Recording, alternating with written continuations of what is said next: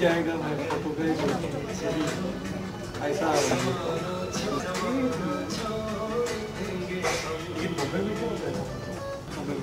आपको इतना ये नहीं होगा क्योंकि आप लोगों ने फोटो से रहा है फोटो उसका लेंगे जहाँ सजाया मैंने मेरा जो है मेरा तो हम लोग रहते खाली हुई लेकिन अब तो फ्लाईओवर बन गए हैं फिर भी एक घंटा तो शायद ऊपर से दिखाई दे रहा है गाड़ियाँ जल्दी आ गई दिखाई दे रहा है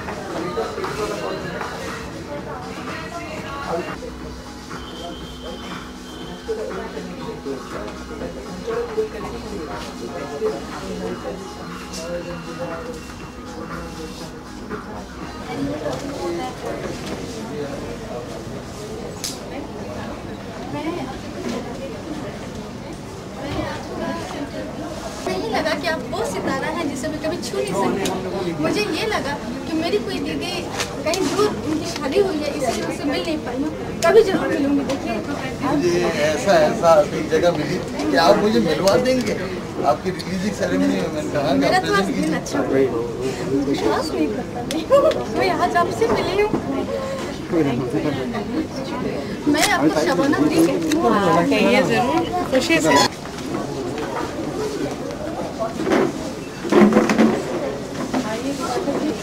Hi, how are you? How wonderful to see you. Tell me, how are you?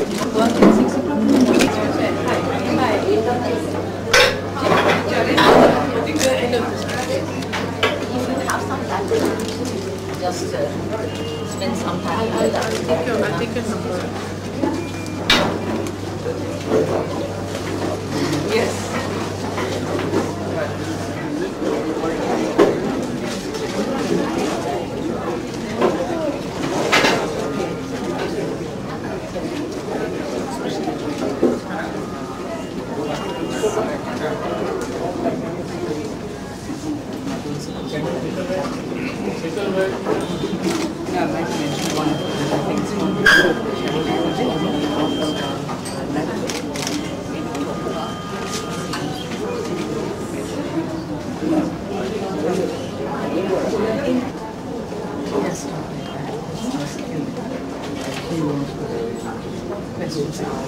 Hi, Raj. How are you? Nice to see you. Shunila will Come, but she will not.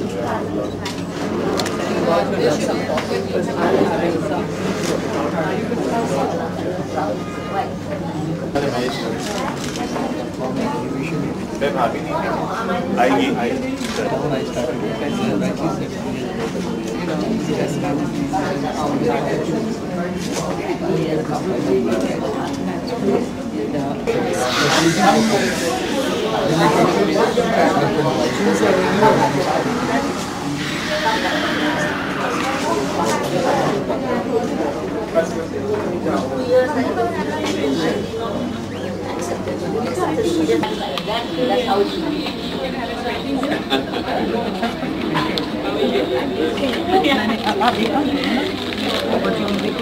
मुझे डर लग रहा है कि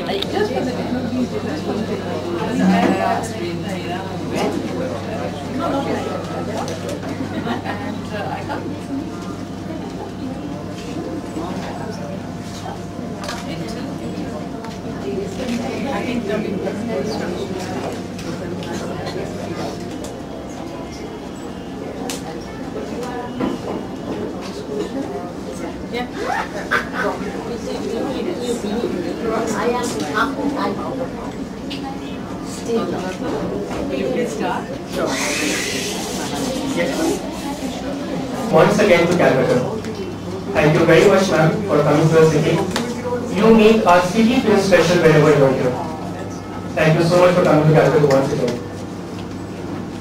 Here for the book launch. How about pronouncing the name of the author? I was just coming to that, ma'am. We have gathered here for the book launch of Mr. Dewakar Goel, sir. And that will be done by Shivanaji. Actually, I did say it's a proud privilege for me to address this gathering. It was also quite a daunting. She's someone who I always admired from a distance. And from, in fact, I still do. I have read her articles. She has given 30 years of her career to public relations. She first, and then she became an independent PR consultant. And I don't. Now you've seen the author who's sitting right here, Mr. Dewakar, living a stressful life with joy. Lovely. I think many of us would honor changes and the improvements at the Calcutta airport in recent times.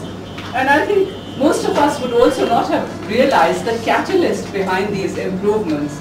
The Deputy Director of the Airports Authority, Shri Dewakar Goel, who is here.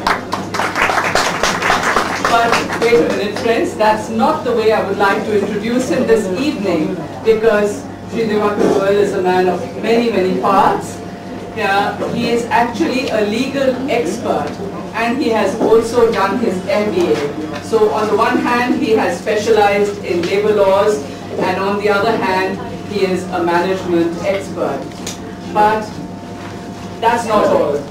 He is as much an educator as he has quite finished. He might write more, but 14 books, because his birthday falls on the 14th. He has already written 8 books. Are nearly a stress-busting primer, but it gives you an all-round insight into questions and problems that could plague you daily. Because it could be all about tensions and deadlines and pressures and all things that we all experience. But I just thought I might, with your permission, go into 1 or 2 pages, and then we will come to Shabana Azmi, the chief guest here, who will release the book ultimately. You still got to hold your horses, and whom I will ask a few questions of, just as I would like to ask Harsh Neotia, present here, also a few questions about stress management. About something very, very key. Oh Harsh, this is wonderful of you. He has shared a very, very lovely story about his secretary. You know, at one time he got very angry when a small-time policeman stopped him at a red light, and he argued and argued and argued with him. And finally he wanted to use his influence and said, you know, I will show this guy. And when he came back to the office, he was all set to write a letter. And he was dictating it to his secretary when his secretary said, sir, may I say something? This guy was right in doing what he did. And I think it would be only right if, rather than condemning him, you actually praise him for the fact that he upheld what he felt was right. So he ended up actually writing a congratulatory note to this little police sergeant, and that guy came over to him and thanked him a lot.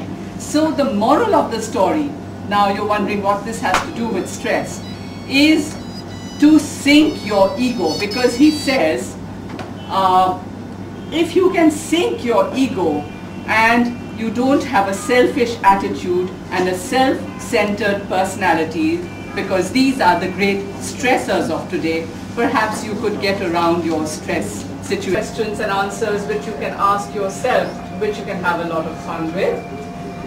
Then of course he says stress can also be busted by imagery, you know, imagery and relaxation of imagining beautiful scenes, restful, peaceful, beautiful, happy situations. Over stress, he even goes into sex.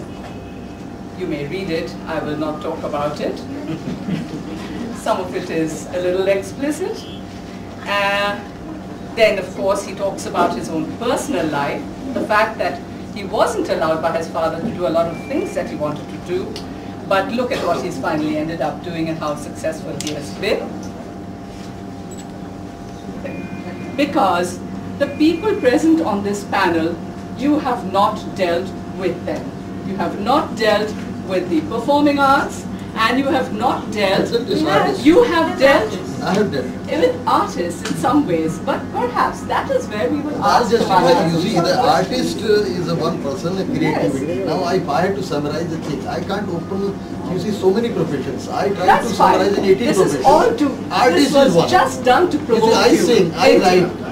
Defending yourself. Where creativity is involved. Benevolent business people, which is what Harshni Otia is. No, You talked about artists, but what about the activist? What about the stresses that she would face? Yeah, it So is there. I would now like to therefore go over to Shabana Azmi, the activist who is not only... Shabana Azmi says, okay, thank you so much, Harsh. I think let us have this lovely formal ceremony of releasing the book, showing you what the book is all about, and then we can carry on with our discussions. How about that? This was a suggestion from Shabana. So Shabana.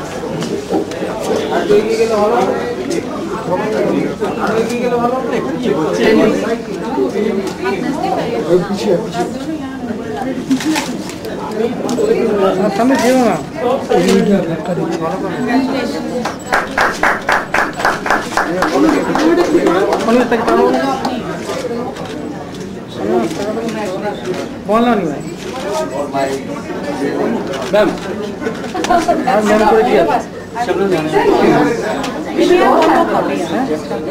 lovely.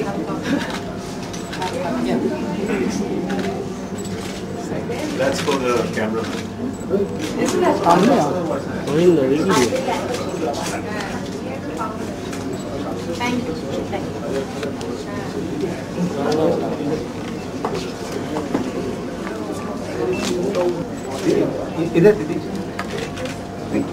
Acha, I think somebody in the audience might also be interested in seeing the book. Here's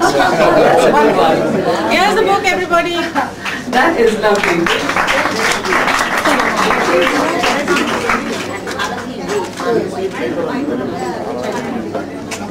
And she's not merely sitting there.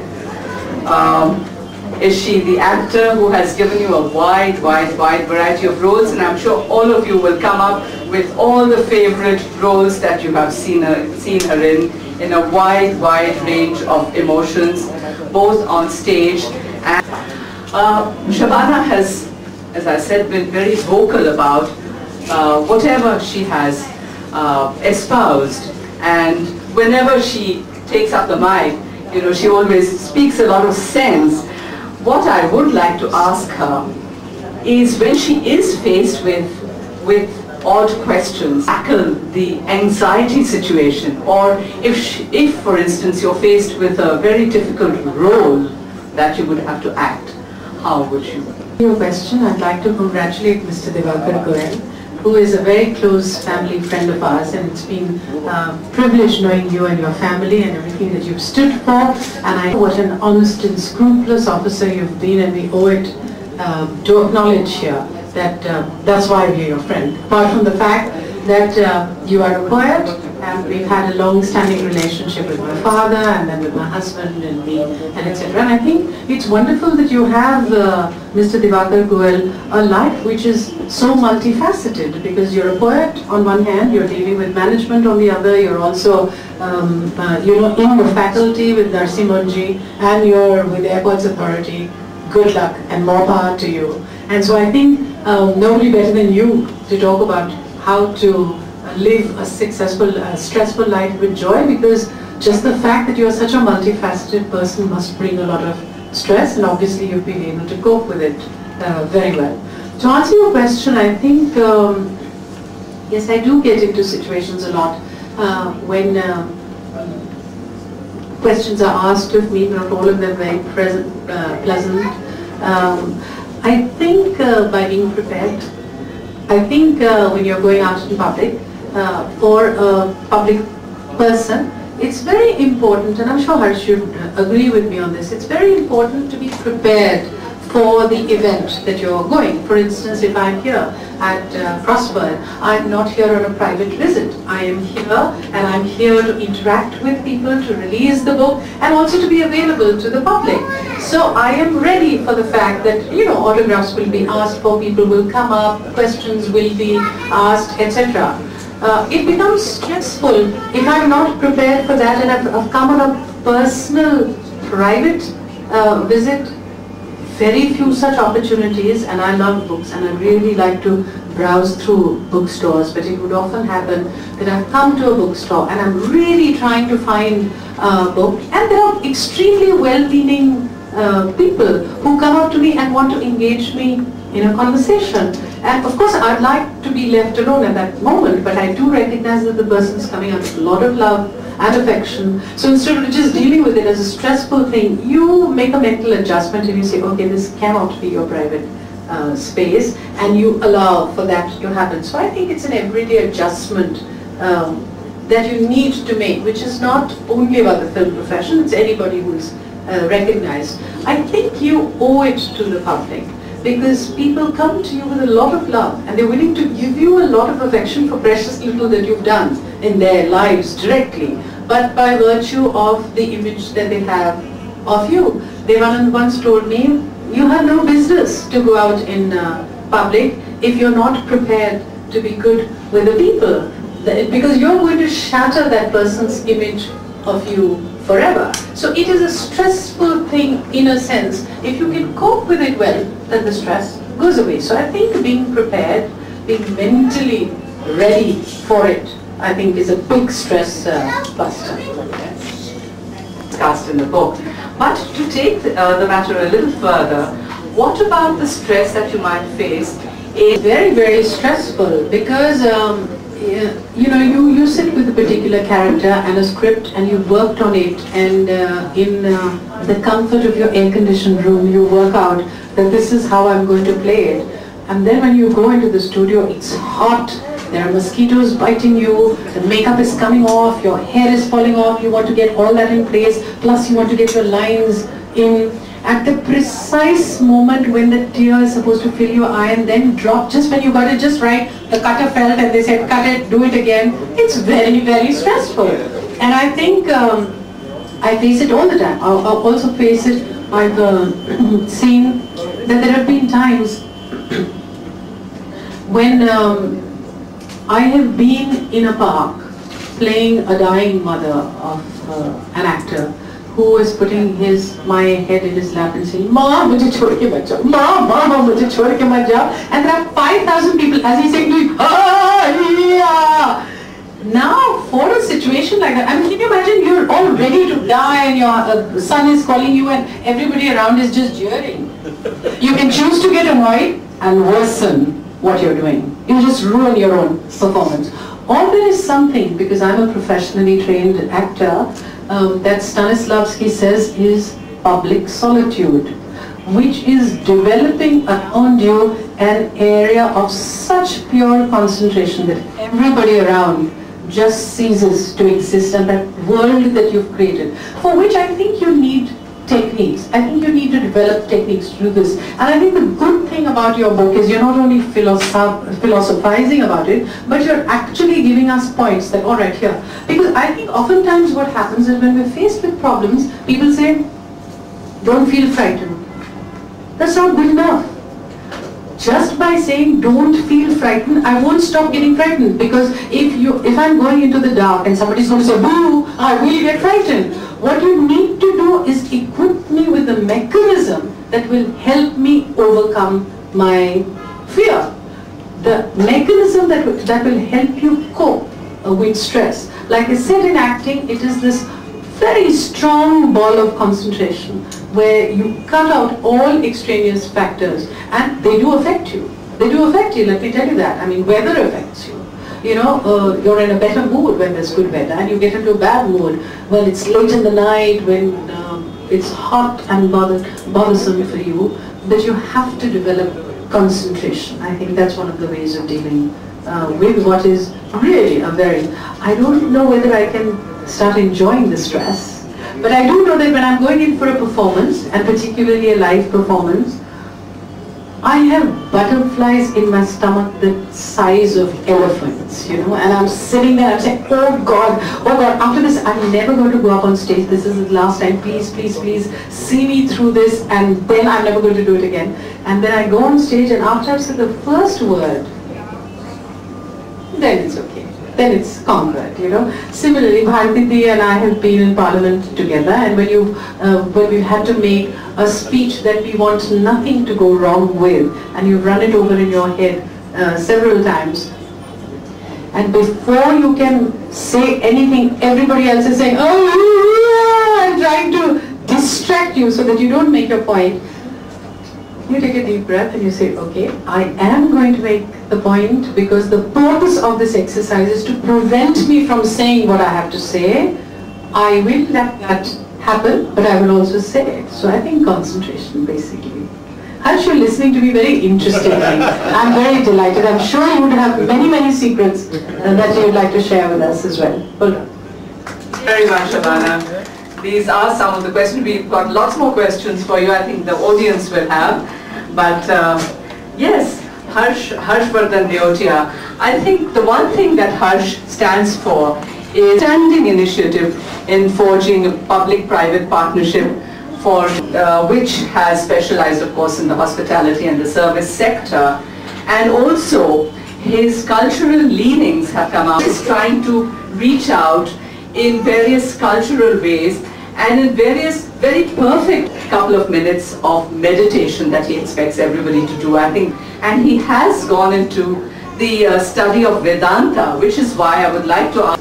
It's wonderful. I haven't had the privilege of knowing you before, but I read your profile and I was completely amazed at the very, very wide variety of things that you're involved with. So all the best, and I look forward to reading the book. Coming straight to the question, I'd like to just start by saying that stress to all of us is really when we have probably unexpected desires and we do not have adequate capability to fulfill those desires, we create stress.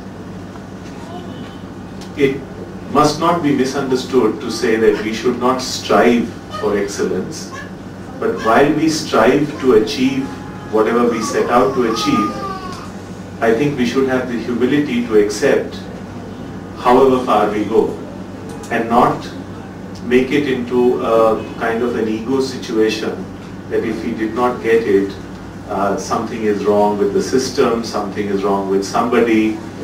I honestly believe that we get what we deserve, not what we desire.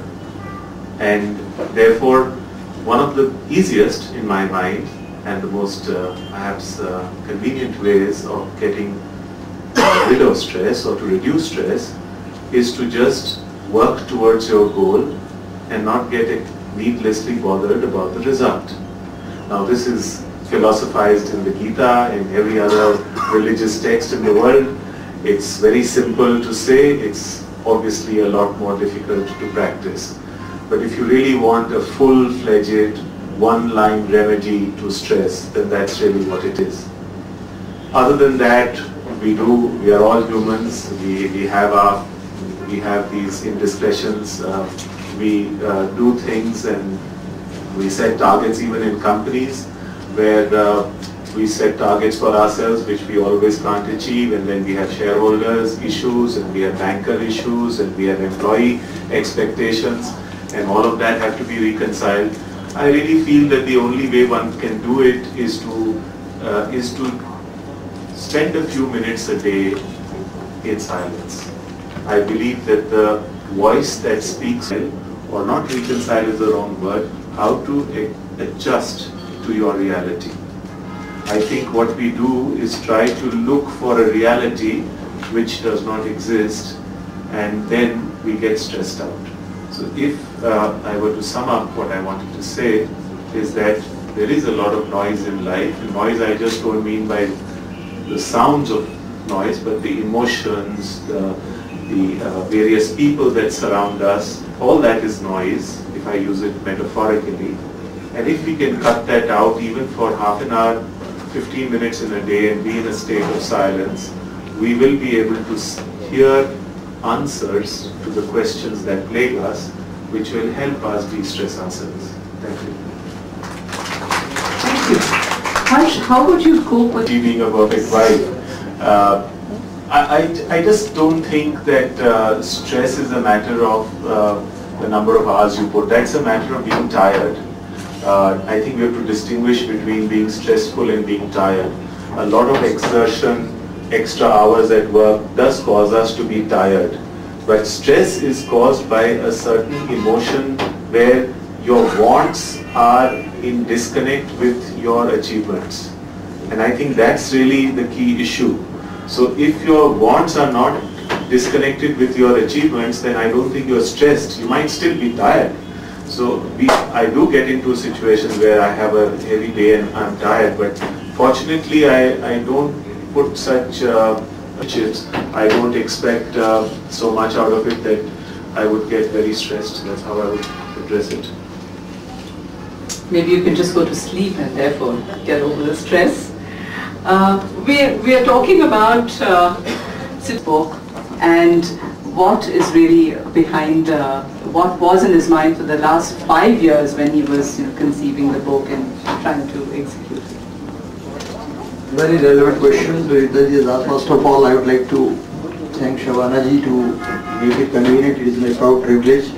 And rather I feel that Calcutta, my long stay here, made me to certain people very close where I was not getting so much time with them in Bombay.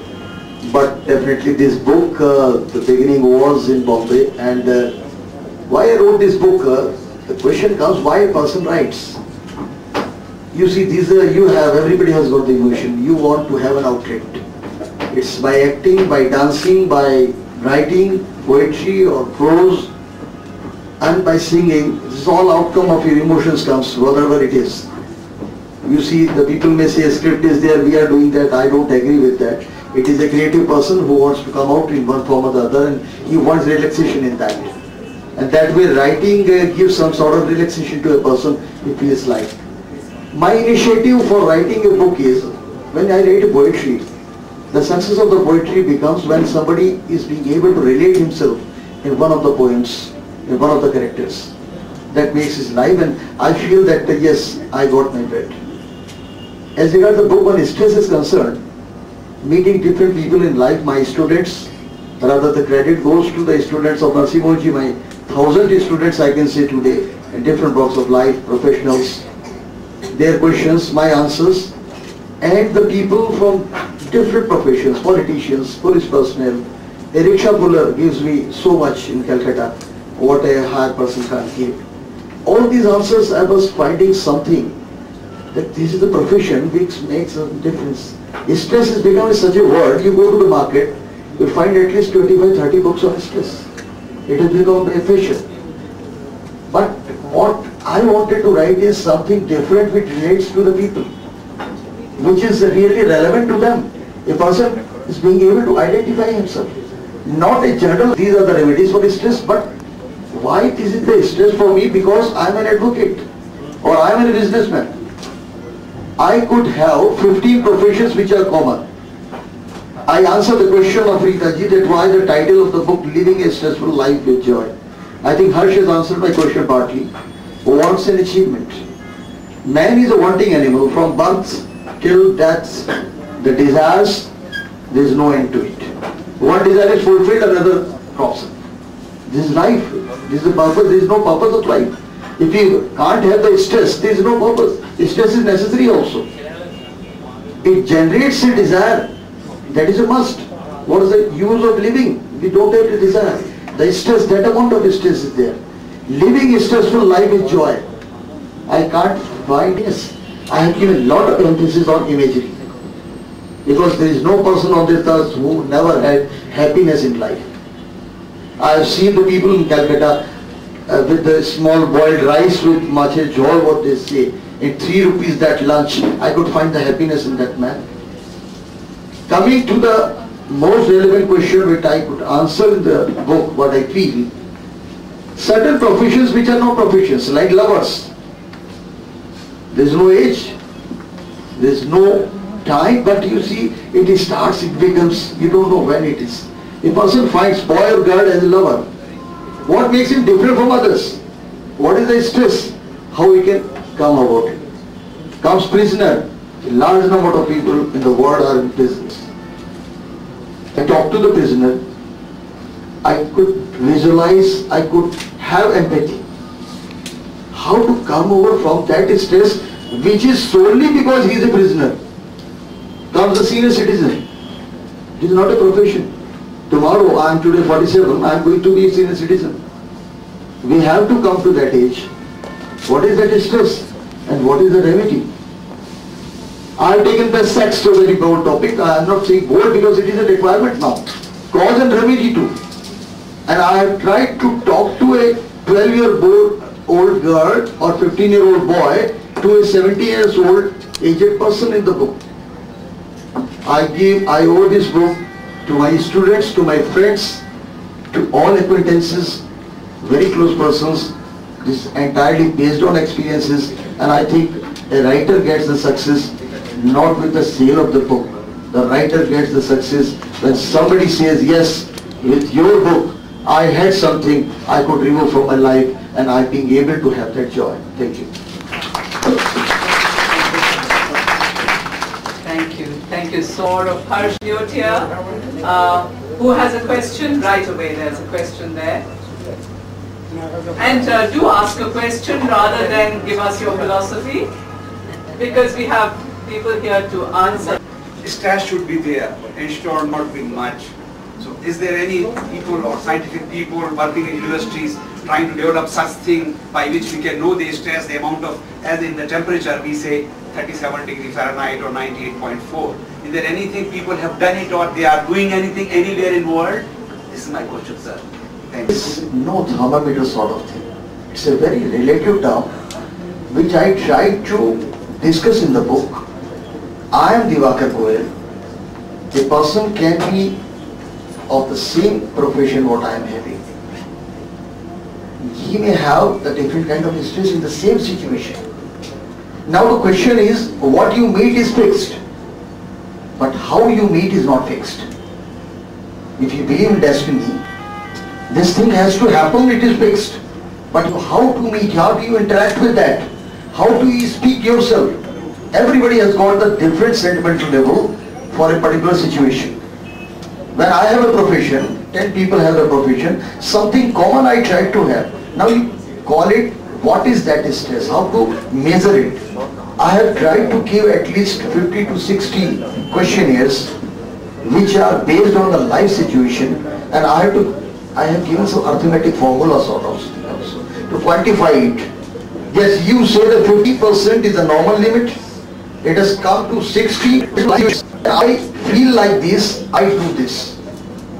There is no correct answer. So you can measure that way. We have a question from Dr. Bharati Ray. I agree with Harsh that for us, people like us probably in this room, their stress is because of the difference between wanting and achievements. But I am very interested in the statement you made about prisoners. They have an altogether different life and we have no experience. How did you, through your interaction with them, understood or comprehend their stress, and what suggestions, what remedies you had, or how did you deal with it? You see, I must say that a book, when a person writes, some kind of experiences of childhood are also there that have got very strong bearing. I am son of a police officer. I had